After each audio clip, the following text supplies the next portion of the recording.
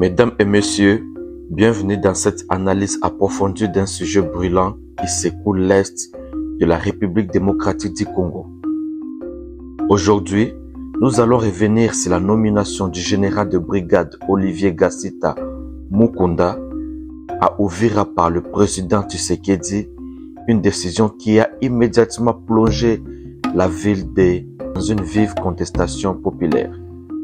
Cette tension a déjà coûté la vie à plusieurs personnes et soulève de sérieuses interrogations sur l'avenir de la sécurité et de la cohésion nationale dans la région du Sud Kivu. Le 31 janvier 2025, le président Félix Tshisekedi Tshilombo a signé une série d'ordonnances militaires nommant plusieurs officiers à des postes stratégiques au sein des forces armées de la République démocratique du Congo, le FARDC. Parmi les nominations figurait celle du général Olivier Gassita, placé comme commandant adjoint de la 33e région militaire avec en charge les opérations et le renseignement, couvrant notamment la région sensible d'Uvira et de ses environs. Mais à peine cette nomination rendue publique, une véritable onde de choc a traversé la population locale. À Uvira, les habitants, appuyés par la société civile et des groupes autodéfense connus sous le nom de Wazalendo, ont exprimé un rejet catégorique de la présence de ce général dans leur région.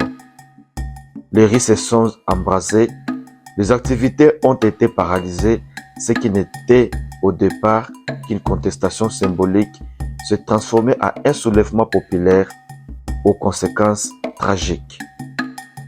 Olivier Gassita n'est pas un inconnu. Officier de FARDC, il est souvent présenté par l'armée comme un homme compétent et a contribué au rétablissement de l'autorité de l'État dans certaines zones troublées comme à Yumbi, dans la province de Mai-Ndombe. Mais son nom est aussi entouré de fortes suspicions.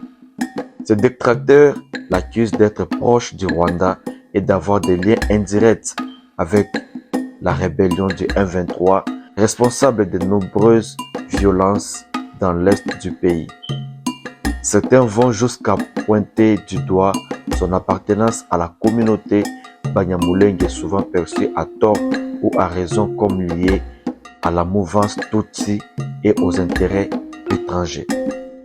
Ces accusations, même sans preuve officielle, alimentent une méfiance profonde au sein de la population d'Uvira, déjà marquée par des décennies de conflits, de massacres et de trahisons militaires. À peine quelques jours après l'annonce de sa nomination, Uvira est entré en ébullition. Des appels à la désobéissance civile ont été lancés. Les Wazalendo et la société civile ont décrété des journées ville mortes, paralysant toute activité économique et sociale. Les habitants ont refusé d'accepter l'arrivée du général Gassita, qui considéré comme une menace à leur sécurité et à leur stabilité. La colère a atteint son paroxysme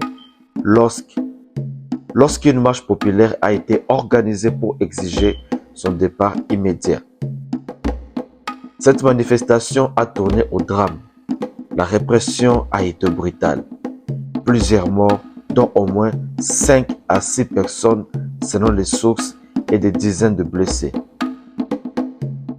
Les images de cette répression ont choqué l'opinion publique et renforcé la détermination des contestateurs. Pour comprendre ces soulèvements, il faut plonger dans une histoire récente de l'Est du Congo. Uvira, tout comme Bukavu et le reste du Sud Kivu, vit dans une sécurité permanente. Les populations locales accusent régulièrement certains officiers de l'armée congolaise d'être complices, voire acteurs, de l'instabilité entretenue par les groupes armés. Ainsi, pour beaucoup, la nomination du général Gassita n'était pas une simple décision administrative, mais plutôt une provocation politique. Aux yeux de la population, elle symbolisait l'infiltration de l'armée par des officiers jugés proches de l'ennemi. Le rejet va bien au-delà de sa personne. Il traduit une profonde crise de confiance entre la population locale et les autorités nationales. Face à la contestation, le porte-parole de FARDC, le général-major Sylvain Ekenge, est montré au créneau. Il a rappelé qu'un militaire, officier de surcroît, n'appartient pas à une communauté mais à la nation tout entière. Selon lui, le général Gassita est un officier loyal qui ne peut être jugé sur des rumeurs ou sur ses origines. Malgré ces déclarations officielles, la colère ne faiblit pas. La population exige toujours le départ du général et menace de maintenir la pression tant que Kinshasa n'aura pas revu sa décision.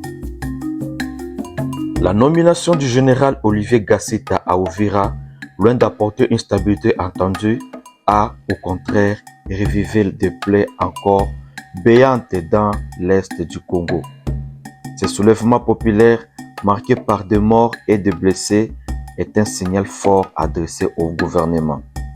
La confiance entre armée et la population est brisée. La question d'aujourd'hui est simple.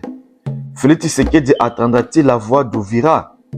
Maintiendra-t-il Gassita malgré la contestation au risque d'envenimer davantage la situation? Ou écoutera-t-il la colère du peuple pour éviter que la région ne bascule à des spirales encore plus dangereuses? Ce qui est certain, c'est que le cas d'Olivier Gassita dépasse largement sa personne. Il symbolise la crise de légitimité que traverse l'armée congolaise et met en lumière la fracture entre Kinshasa et l'est du pays. Tant que cette fracture ne sera comblée, aucune nomination, aucun décret présidentiel ne pourra ramener la paix durablement. Le sang versé à Uvira interpelle. C'est un rappel douloureux que la stabilité ne peut se construire sans confiance du peuple. Et aujourd'hui, cette confiance est gravement embranlée. Félix Tshisekedi doit ouvrir ses yeux. S'il est complice du Rwanda, il doit nous dire ouvertement pour qu'il se fasse remplacer par un président qui va répondre aux désidératas du peuple et non un président mouchard, un président traître. Merci et à la prochaine.